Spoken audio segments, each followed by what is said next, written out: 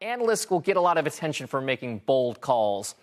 I think as a consumer of gasoline and fuel that I'm happy to hear that it'll stay stuck between 60 to 80, but not everyone feels the same way. Why the call and why now?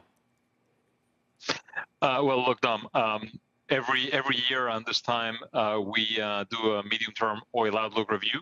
We look at how supply is going to behave for the next 5 years, and we do the same for demand, and come up with a balance. And we're looking at essentially a slowing global demand picture for oil because of electric vehicle sales, mild hybrids, and just more efficiency generally. But also we're looking at reasonable supply trends in a world where we have about 5 million barrels a day of spare capacity. Now, if you look at the last 5 years, the average price of Brent has been $72 a barrel. And the average 5-year price of Brent, right, which is really what this call is also about, has been $62 a barrel. So our call is not crazy by any means, but I think the bottom line is that we are coming into the next 5 years with more spare capacity at an OPEC level than we've had in a long time. Historically, the last 20 years, we had a spare capacity around 3 million barrels a day. So we got way more spare capacity. Now, the one thing we don't have is, of course, government inventories. We depleted the SPR. So that provides a bit of a cushion if we have a recession. But remember, this is a very long-range forecast that takes into account balances and doesn't necessarily forecast recession or cyclical upturns and downturns, right? All right. So if I have this right, it means that oil-producing countries, and decades ago it used to just mean OPEC. It's more recently come to mean OPEC and its partner countries, and now even by extension the United States, because we're the biggest oil producer in the world out there.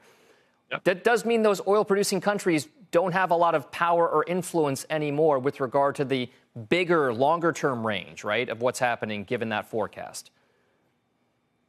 Well, I mean, the reality is we still see growth in the U.S., and part of the reason why we are maybe a little more optimistic than we've been. Remember, as I said, we've averaged $72 a barrel in Brent for the last 5 years.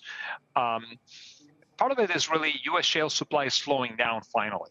But there is growth in Guyana. There is growth in Brazil. There is growth in Canada.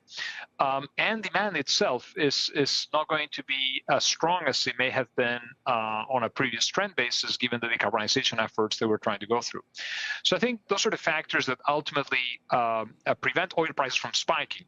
But I do think that OPEC Plus still has a fair amount of market power. They have prevented oil prices from going lower, despite very steep interest rate hikes. Remember, we started a couple of years ago with rates at 0. And now rates are 5.25, 5.50, and in Europe they've gone up to 4%. So OPEC has done a lot of work to balance the market in the context of very fast interest rate increases. So I do think they've actually had a fair amount of power to the downside, protecting the downside.